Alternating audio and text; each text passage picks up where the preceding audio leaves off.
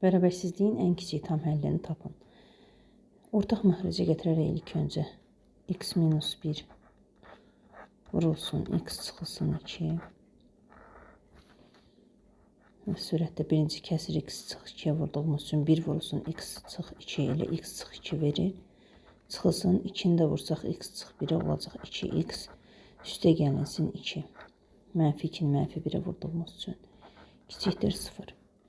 Məxrəcdə olan ifadəmiz olduğu kimi köçürək. Sürətdəki ifadəni sadələşdirək. Mənfi 2 və müsbət 2 islah gedir. X çıxılsın 2x olacaq mənfi x.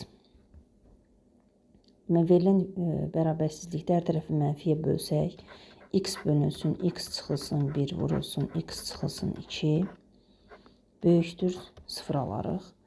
Və bərabər ifadələrimizin hər birinin ayrı-ayrılıqda sıfırlarını ədəd oxu üzərində qeyd etsək, bu ifadə, deməli x-in 0 ilə 0'dır, x çıx 1'in 0'ı müsbət 1'dir, bunun 0'ı isə müsbət 2'dir. Deməli burada olacaq 1, burada isə 2. Aralıqları bölsək, nə 1'i, nə də 2'ni ala bilməz, çünki məxrəcdə 0 ola bilməz. Sürətdəki ifadədə 0'a bərabər olmayacaq, çünki ciddi bərabərsizlikdir.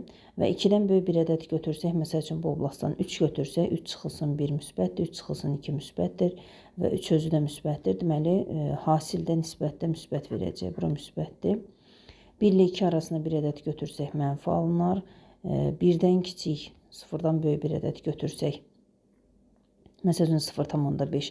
Burada müsbətdir 0,5 1 çıxacaq, mənfi alınır. 0,5'dən 2 çıxsa mənfi alınır. Mənfi mənfi hasili müsbət verir. Müsbətdən müsbətə böldükdə yenə müsbət verir. 0'dan kiçik olduqda isə burada da mənfi olacaq. Təkrarlanan kök yoxdur ümumiyyətlə. Bizə lazım olan aralıqlar müsbət olan aralıqlardır. Deməli 0'dan 1'ə qədər və 2'dən böyük qiymətlər. Ən kiçik tam həllin soruşulur. 0-1 arasında ən kiçik tam həll yoxdur. 2'dən yuxarı olan hissədə deməli tam həll ola bilər. Bu da ən kiçik tam həllimiz 3 olacaq.